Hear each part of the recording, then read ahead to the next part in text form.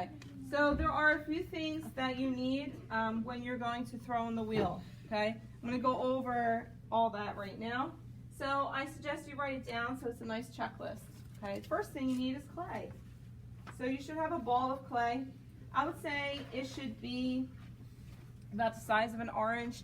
Some potters weigh it, you know, for poundage, you know, they check that so that then they can have like consistency with the size of a piece, and you know, there's usual like weights for the beginning. We're like totally just having fun taking a stab at throwing, so I just give you an eyeball range, about an orange, a little, you know, maybe a small orange size. It's good.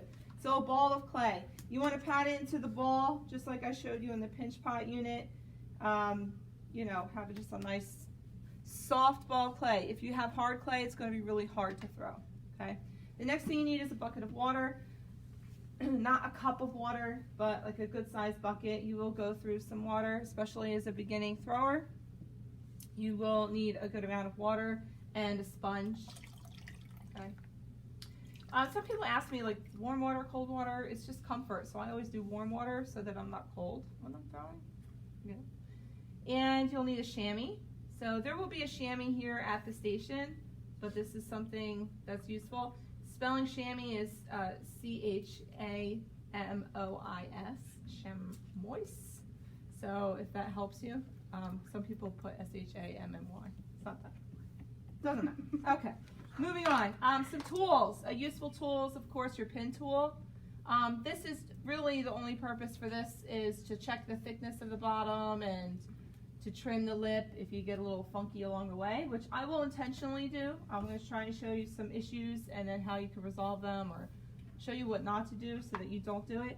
Some wooden tools, like a wooden smoothing tool. These are actually not my favorite of them, but like for this purpose, but I didn't grab the one I like. Here's another one. And an option is a wooden rib tool. Wooden rib tools are really useful for like compressing the surface of your pot. The rounded ones are useful when you're making a bowl.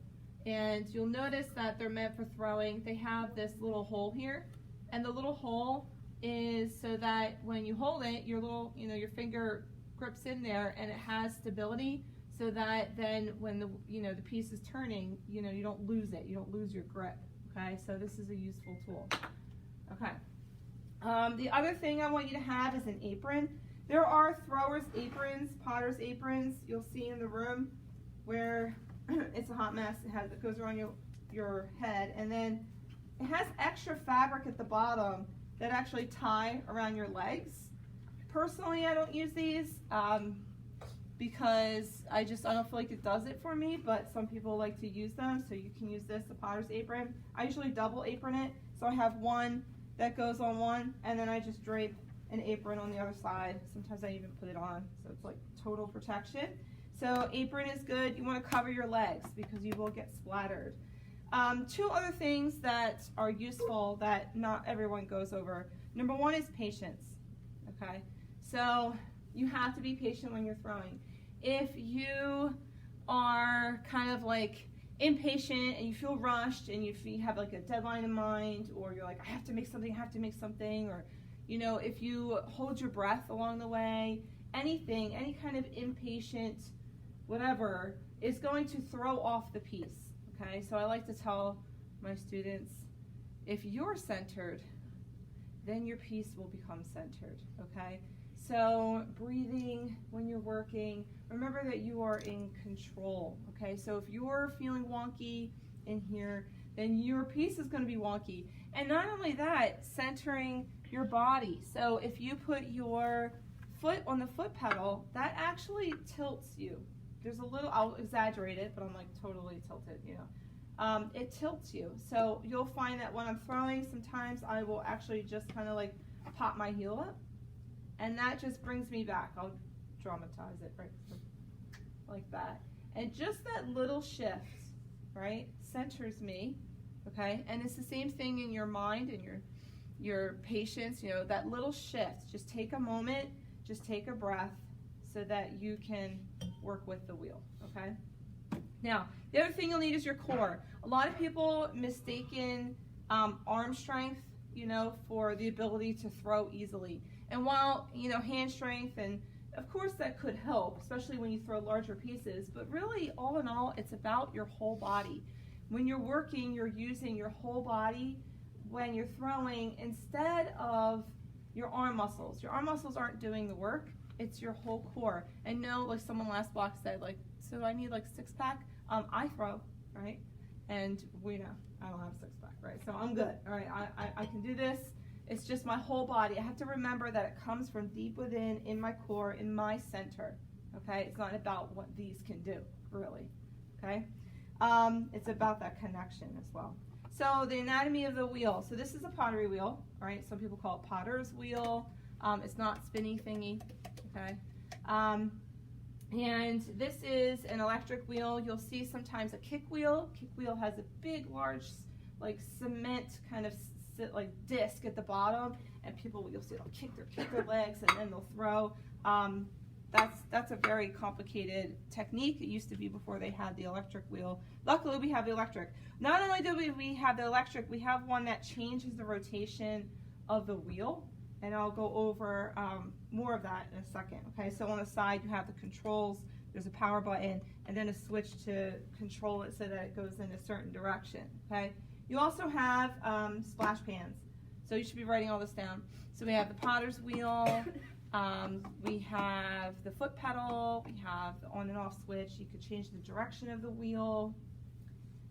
And then we have the splash pan. Obviously, it's a pan that catches your splash, okay? So the one thing I want you to pay attention to is how your splash pan is on your wheel. As a beginning ceramicist, I will probably have to help you put on the splash pan so you don't have to worry about that. But just so you know, this kind of splash pan has a larger half and a smaller half.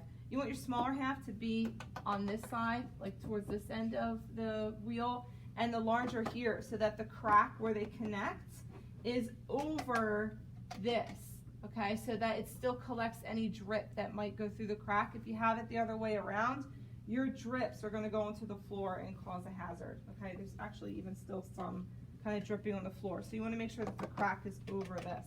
Then this is called the wheel head, okay? So we have the wheel head, and I can make it spin in either direction. The direction matters, okay? And I'm going to show you. If you are right-handed, okay, you will most likely, you will want to work more on the right side of the wheel later on in the throwing process. If you're left-handed, you'll want to work usually more on the left side of the wheel. Now I say usually because they actually didn't even use that. Some wheels don't change rotation. Some left-handed people still have to learn in the right-handed way, but we have the kind that can change, okay? And here's the reason for this. So right now I have my wheel head spinning counterclockwise, okay? Because against the clock, right? And that is because I am right-handed. The reason for that is because if I work on the right side, notice that it's pretty easy. I can just let the wheel spin underneath me, my sponge is wiping it down. As soon as I go on the left side, it fights me and kicks back. You see that? You don't want to fight against the wheel, you want to work with it. You want the clay to flow through you, okay? Not into you and against you, through you. So if you are working on the right side, then you're likely, you know, you're going to have a real easy time with working on it than if you're working on the left. Why is this important? If you are finding that when you're throwing, you feel like it's fighting against you and you're like having a hard time, think of your, first of all, your handedness and the rotation of the wheel. You may be left-handed, but find that you work better when it's set in right-handed, when you work to the right, when it's flowing through you. So pay attention, is it flowing going into you and against you, or flowing through you? Any quick movements, any friction is always going to throw it off, okay? So we want to always make sure that we do everything for a full rotation. So when I go to wipe the wheel, I don't worry about what's happening over here. I work on the side that I'm supposed to work on. And if I need to like clean it off or do anything, I know that as long as I let it flow through me a few times, it's going to happen. I don't have to. A lot of beginning ceramicists will like wipe the wheel, especially when it's like this, and it'll fight against them. That just causes an energy and a negative energy in you that you don't need. right? Remember that you just let it flow through you easily. Work with the wheel, okay? You only need to go left to right to wipe it down. Okay, so now that we know like how to work with it, right, and have it not fight against us, we're going to start to throw. So throwing, actually, it's funny because you throw the clay on, but that's not even where throw comes from. It's a Greek word thron, which means to like twist. So it's not throw like on the wheel. Throwing is something totally different. Okay. So I have my wheel head and it's wet. Okay. Your foot pedal works a lot like a go-kart, I guess you would say, and not like a car. So there's no brake. There's no like brake on the left side. So I push forward to go and I can go really fast, or I push back and then it slows down and comes to a stop. Okay. There's no brake pedal. Don't worry about that. You don't have to worry if you didn't learn to drive yet. You're good. Okay. So I have my clay and I want to throw my clay, but I want to follow through so that then I know it's in the center and I don't lose control. If I just throw from up high, it could land anywhere, it could roll off, and it could have an issue. I want to make sure that my wheel head is wet, but not like sopping wet, and same thing goes for the clay, okay? Let me dry off my hands. And I'm going to throw and follow through, and not like weak, okay? I want to like throw it so it goes in the center, all right? Then I'm going to give it just 2 slaps down. I find that if I do that, it really sticks to the wheel head and I don't have any issues. Another thing you want to do is create kind of like a ramp or an apron. So I'm going to wet my fingers and I'm going to let the wheel go. I'm going to go pretty fast. And I'm just going to press kind of down where the wheel head meets the clay. I'm going to just press down with my fingers and it makes just kind of like a ramp, I guess you would say. It just sticks it to it, right? So now it's no longer just a smooshed ball. It has like an ease from wheel head to the clay so that then it won't fly off when I'm trying to throw, which happens. So we want to, huh? So we should have made the base on this. Oh, yeah. Well, we'll see about that. Okay. So now I have this clay. One other thing I want to talk about, and I've been talking about center, is that in your core, you never work on the wheel, on the piece on the wheel, where your hands and your arms are not supported. Remember, it's all of you working together.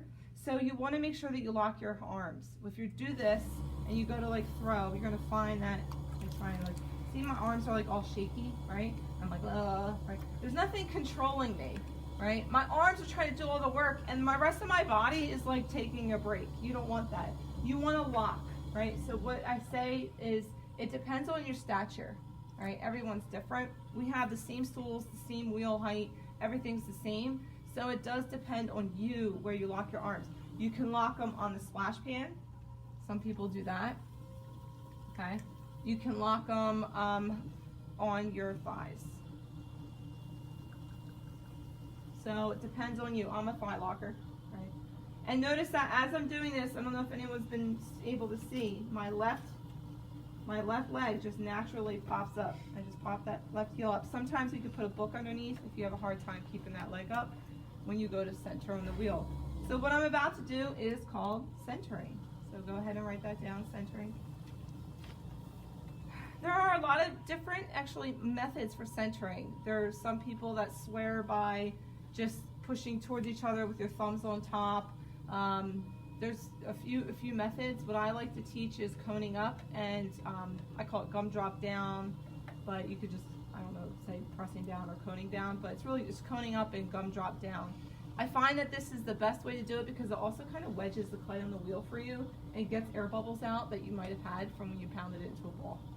Okay, so for coning up, locking my arms towards each other, not like this, I'm going to press with the meat of my hands. You'll find that the meat during all the centering process and the sides is doing the work. You're not really pressing with your fingers so much. All right, it's kind of like when you're wedging, same thing. And I'm going to press with the meat of my hands towards the center of the wheel. And I'm going to do it so that the clay starts to push up. Right now, because of the centrifugal force, everything wants to go out, right? The water goes out, the clay wants to go out. And if I'm pushing it in, saying no, no, you have to go thinner, naturally, eventually, the clay will say, I'm finding a way, and then start to go up, right? If you do it quickly, you won't get much motion. Nothing will happen, and you'll start to get what's called like a volcano, and it'll keep going and going, and you'll have no centering, and you'll have like this big divot in the center if I were to keep going quickly up. So what you want to do is, while breathing, because we always forget to breathe, okay, and keeping control, I'm going to lean in while locking my hands, and I'm going to push towards each other, towards center, with the meat of not squeezing, but just towards. And it's going to start to come up, then I follow through and follow my way up. Okay, so that's coning up. Then I'm going to use my non-dominant hand. Okay, so you wrote down coning up, right? So it's hands pressed towards each other, arms locked. Press towards each other for a little until the clay starts to say hi and pokes up, and then you follow through into a cone. Then you're going to gumdrop down. With your non-dominant hand, you're going to push diagonally. I have a little lump of clay here on the wheel to show you about where. It's like a diagonal across. It's not like this because I'm not locked. I'm using my body and I'm pushing towards that here, while my right hand, my dominant hand, is going to be kind of pushing down. Some people teach like a karate chop method where one is here and this one's here. I find that students, when they learn that way, clay will start to try and go above where my left hand was. Do you see that? Right? And that's a problem. That's going to cause air bubbles, it's going to cause an issue, right? You get like this weird little piece. Because remember, the clay wants to go out. So you have to touch it everywhere. And the good way to do that is to not karate chop down. It's like a karate chop, but I find it's more like a crippled, like the decrepit, I don't know how to explain it. Anyone? Like you're cupping your hand for some drink, but it's turned. I don't know. So it's like a sort of a sideways karate chop with some love, right? So I'm gonna push towards here and push down. And you have to push. Like, the clay has to move down, the clay has to move across. You put your body into it, okay? So I'm gonna cone up.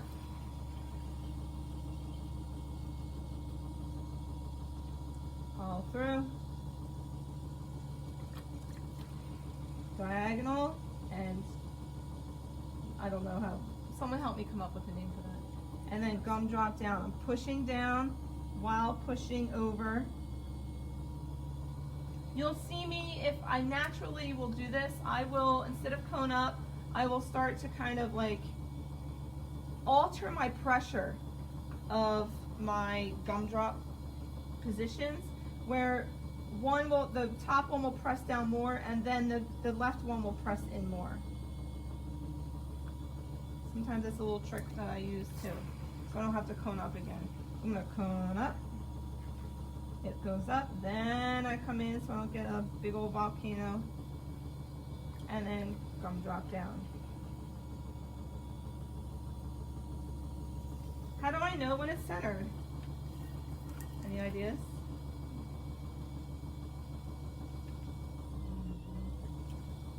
No? Nobody? Nobody? It's not pushing back. That's good, right? So I love it. So some people are like, well, when it's centered. Well, how do I know when it's centered? You could look at it, but sometimes your eyes deceive you, right? So like Sarah said, like when it doesn't push. So a good way is to kind of slow it down and just feel. Feel for any kind of like boom, boom, boom, boom, boom, all the way up. Not just at the top. Sometimes the top is good and the bottom's a hot mess. You're not done if the bottom's a hot mess, right? So it feels pretty good. We'll move on. It does give me a little kickback, but I want to move on. Now, I'm going to stop it, and I'm going to not do what some students will go, okay, and let me wipe this off, and they'll start to do, and they'll start to touch the clay. You never want to touch from this point forward, once you have it centered, you never want to touch the clay when it's not spinning. Can anyone guess why? Something I've already mentioned before. Yeah. It'd be like uneven some places. Like Yeah. touch around. That's perfect. Yep, good. Don't forget your own point ticket later. Okay. So yeah, it'll be uneven in some places because I didn't touch it all the way around. Remember what I said, like whatever you do on one part, you want to make sure it happens all the way around. So if I touch it on one part, now it'll only have that part that has that whatever, that push, that whatever it is, and it's not going to happen all the way around. That's why it's important that we have the wheel head, and we see how I'm only cleaning the wheel by going like this. Whatever you do to the piece, you want it to happen for a few rotations. And that's why patience is important, right? Because if I'm just hasty, and if I'm real quick, I'm like, and now I knocked it off, right? So everything you do is an ease in and an ease away. And you know you will always do it for all the way around, and you will be less likely to knock it off. These are common mistakes that people just don't think about. It's just your demeanor. Your demeanor at the wheel. Breathing is a good thing, right? And just easing in and easing away. So I'm going to try and center it again. See, now it's off. I'm going to ease in and cone up. Gum drop down.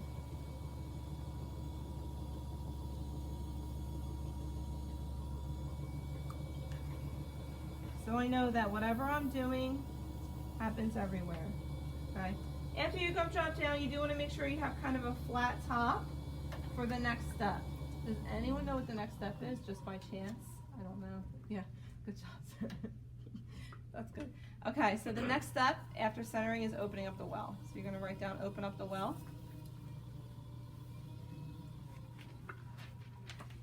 So there are, just like with centering, there are a few techniques that people use to open up the well. What you don't ever want to do, the thing that's always wrong, is to do it with your arm not locked and with just one finger with your other hand taking a break. That's always a no-no. Okay? No matter who you are throwing, that's always a no. Okay? So you always want to be locked, and you always want your hands to always work together here.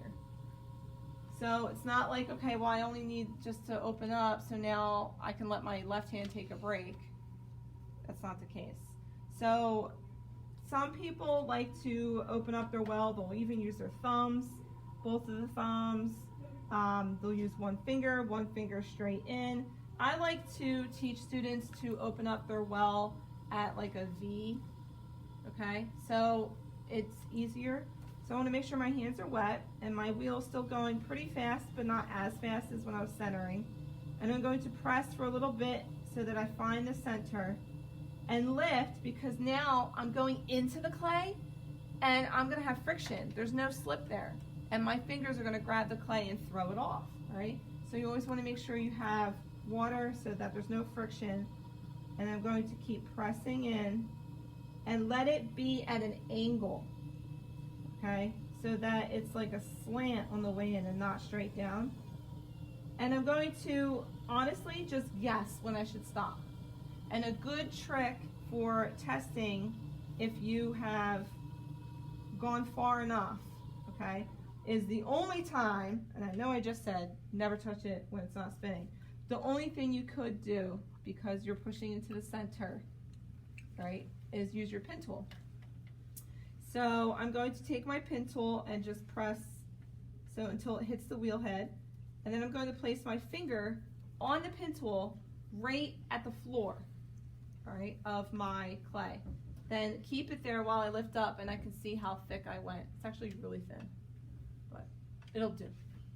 Okay, so that I know how thick it is. So if you are like, oh my gosh, I don't want to go too thick, and then go too far down, and you check it, and you're like down here still, then you have a ways to go.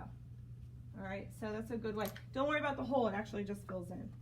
So I'm going to start it back up again. I'm actually going to just press my finger there so it helps that hole kind of fill in. So there are a few things you can do. You can widen out your floor by holding it, by pressing and just pulling towards you just gently.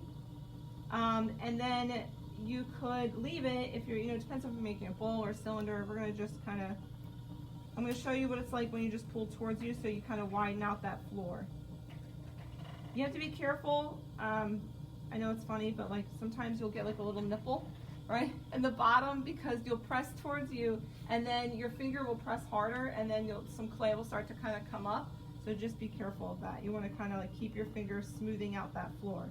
The other thing you want to do, this top part, because we're at a slant, is thinner, right? And it's actually wants to go out now.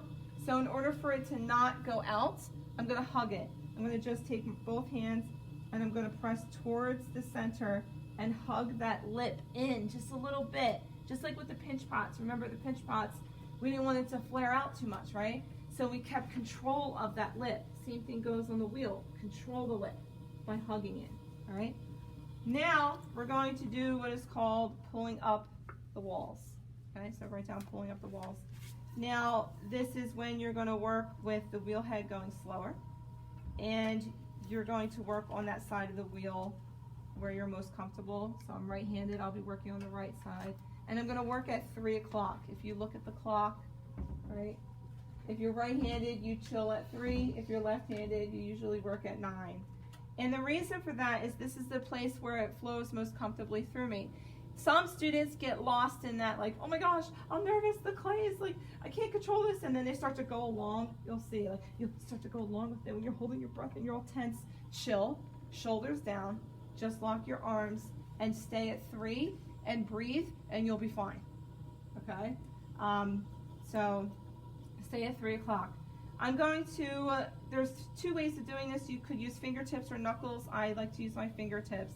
And I'm going to show you, you always lock your thumbs together.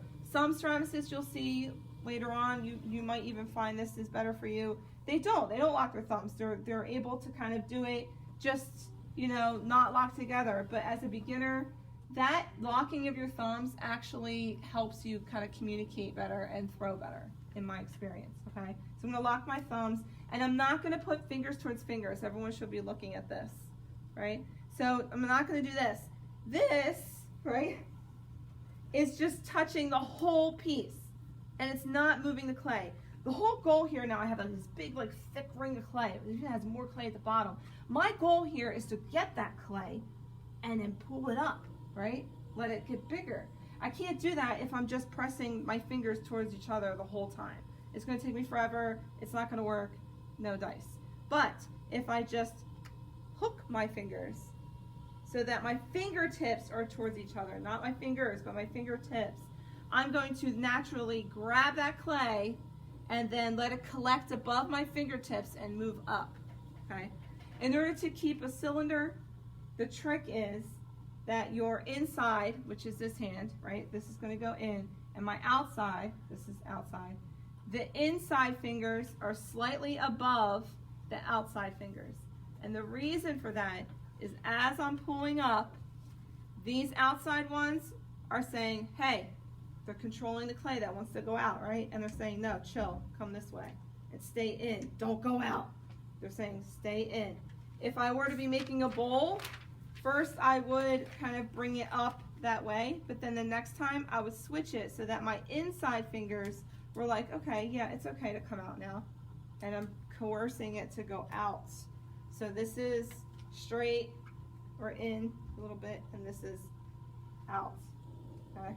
It takes a little practice, right? So you want to make sure that your outside fingers are underneath. So I'm going to go with the speed of the wheel. I like to try and like get it going and put a lump of clay. Put a lump of clay right here. I don't know if you can see this, hopefully. And I like to say, if you can see the lump of clay, can you see it better now? Let's see. There we go. So hopefully we can see that. There's like a beat.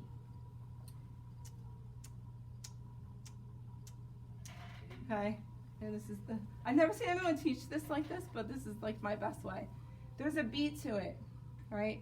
And that beat should match the pace at which you raise the clay.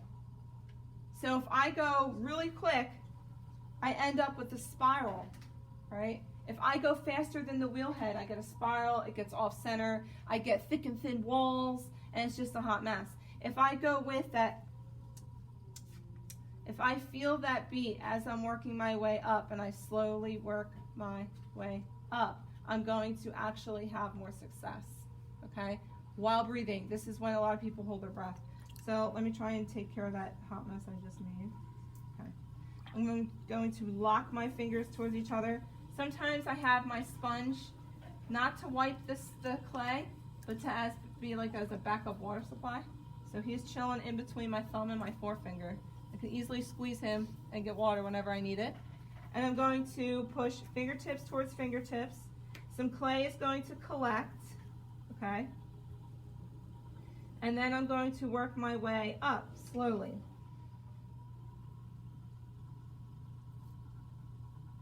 While breathing. In control. Now, I'm going to show you something I don't want you to do. I'm going to keep the same pressure until I get to the top. Oh crap, what did I do? Look, nuts. I messed it up, oh no. Here's what I did wrong, and I mentioned it. I kept the same pressure. If you keep the same pressure at the top, that lip, you are going to flip the lip, right? And you're going to have a hot mess there. I'm going to trim it with my pin tool.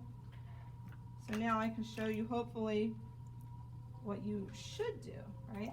So I have my fingertips towards fingertips, collection of clay, moving my way up the pot while breathing. I am in control. The clay is working with me. I'm still breathing. I'm not in a rush. If there's an issue, I can just ease away my fingers and stop midway. It's okay. When I get to the top, I'm going to ease the pressure of those fingers. And I'm going to take this guy right here, and I'm going to compress the rim. I call it kissing it goodbye. Like, you're not going to be like, bye, and then walk away from your date, right? You're going to be like, okay, let's ease away. Good night. Bye. And then you're good to go, right? So you know next time there's not going to be any issues when you go like give them a call or text, right? So I'm going to press my fingertips towards fingertips. I have my little water maker here. Fingertips towards fingertips.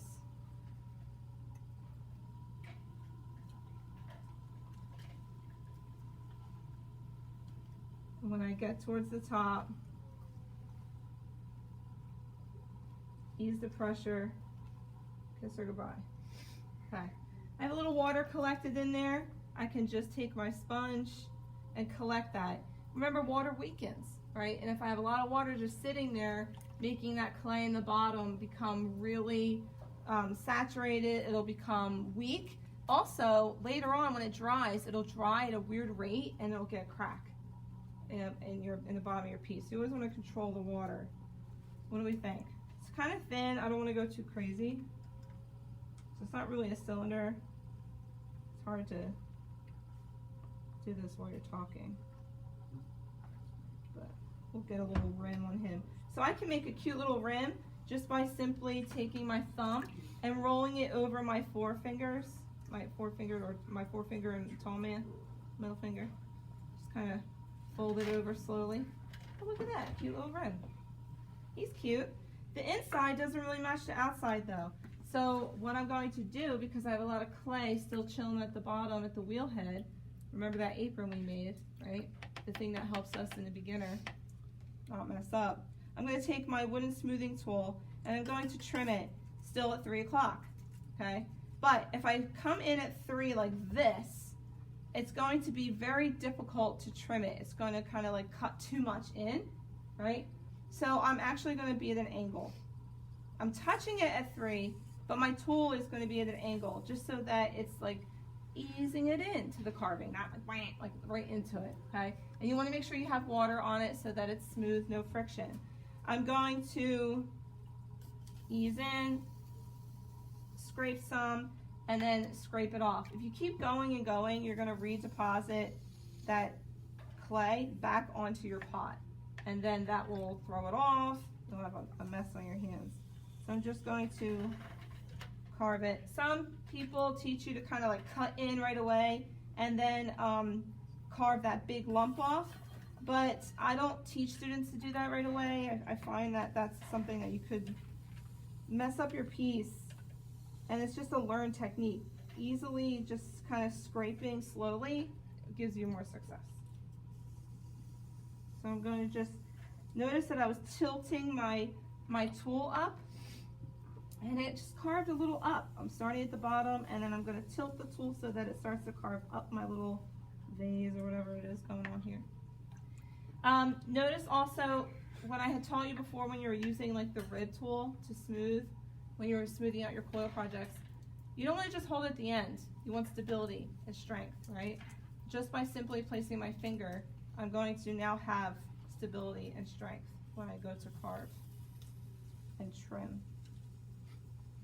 So that's okay. I'm pretty cool with that. I have some ridges, but that's okay. The last thing, this is a utilitarian piece, right? Most of what you make on the wheel is utilitarian, and you want your rims to be thicker, you know, not super thin. You want them to be strong. They need to be able to be used every day without chipping or cracking, and you want your glaze to be able to stick to it. And remember, sharp edges cut glaze. So I'm going to use that chamois. He literally only has one job in this whole process, okay? So I'm going to collect him in my hands. He's going to have water. And in my hands and my thumbs, my forefinger and thumbs, I'm going to make like a little hoodie. It's hard for me to explain. It's my best way. A hoodie. So it's like a little roll of fabric right here. And I'm going to use that to round around the rim and just kind of compress it. It's going to round it out, smooth it out, so that I know it's utilitarian and it can function well. Okay. This whole time I was talking, so we know I was breathing, right? Okay. So if you follow those suggestions of centering yourself, not doing things too quickly, staying at 3 o'clock or at the time, you know, if you're at 9, if you're the other way, remembering that it's flowing through you, breathing, just the position of your fingers, all those things, you will be successful, okay? It's not, you know, about all the other stuff like skill, you know, it's just core, center, breathe, placement. And you'll probably have something that survives when you give this a try. All right. Okay, cutting your piece off the wheel. I had toggle wires, but I think I left them. Can you see, Tony, can you see my toggle wires over there? Did that keep recording? Can you stop it? Right now? We good. Okay.